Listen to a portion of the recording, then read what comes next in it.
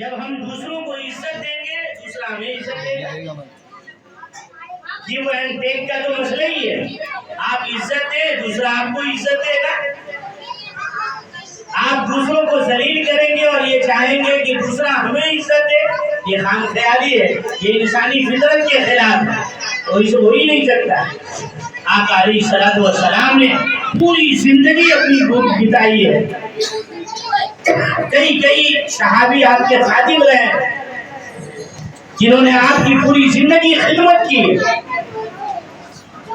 ایک صحابی کہتے ہیں کہ اللہ کے نبی صلی اللہ علیہ وسلم کے ساتھ 23 سالہ زندگی میں کبھی اللہ کے نبی نے ہمیں اف تک نہیں کہا.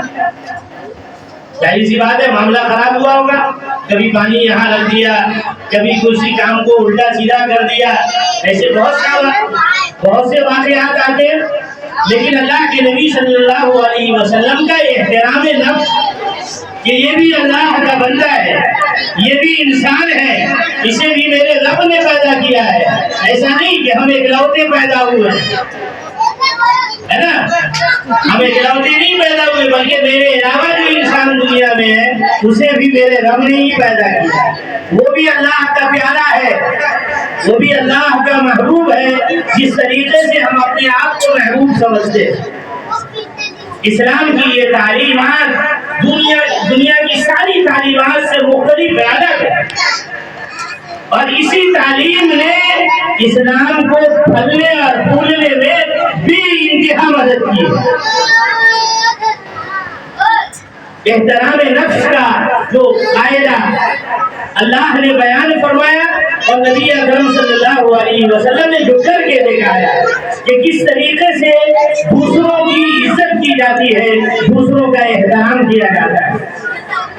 یہی وجہ ہے کہ آقا علیہ الصلوۃ والسلام جب راستے میں چلتے اگر کسی بچے پر نظر پڑتی تو آقا علیہ الصلوۃ والسلام بچے کو بھی سلام کیا کرتے.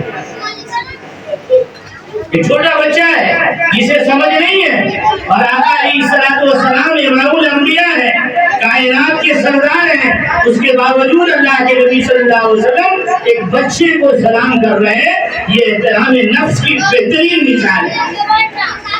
دنیا میں آپ دوسری مثال نہیں دکھا سکتے.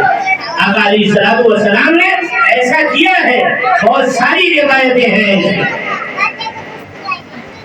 اسی لیے میرے بھائیوں اور میری بہنوں، احترام نفس، ہم عورت ہیں، ہمارے علاوہ بھی عورتیں ہیں جسے میرے رب نے ہی پیدا کیا ہے.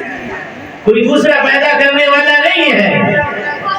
کوئی آدمی ہے تو آپ کو جیسے اللہ نے پیدا کیا دوسروں کو بھی اللہ ہی نے پیدا کیا ہے.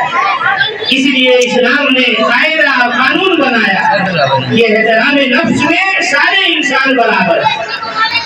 ایک مرتبہ خانہ کعبہ کو اللہ کے نبی صلی اللہ علیہ وسلم جب چھوڑ کر مدینہ منورہ جا رہے تھے تو خانہ کعبہ کو دیکھ کر میرے نبی نے فرمایا کہ اے خانہ کعبہ تیری بڑی عظمت ہے، تو اللہ کا گھر ہے، تو کعبۃ اللہ ہے، یقیناً تیری بڑی عظمت ہے، لیکن تجھ سے بڑی عظمت مسلمانوں کی عزت کی. مسلمانوں کا احترام اللہ کے نبی کے قول کے مطابق خانہ کعبہ کے احترام سے بھی بڑا ہوا ہے. کوئی مسلمان خانہ کعبہ کی جو حرمتی کرتا ہے نہیں کرتا.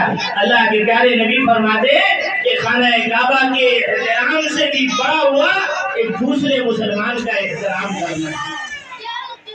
ہمیں اور آپ کو چاہیے کہ ایک دوسرے کا احترام کریں.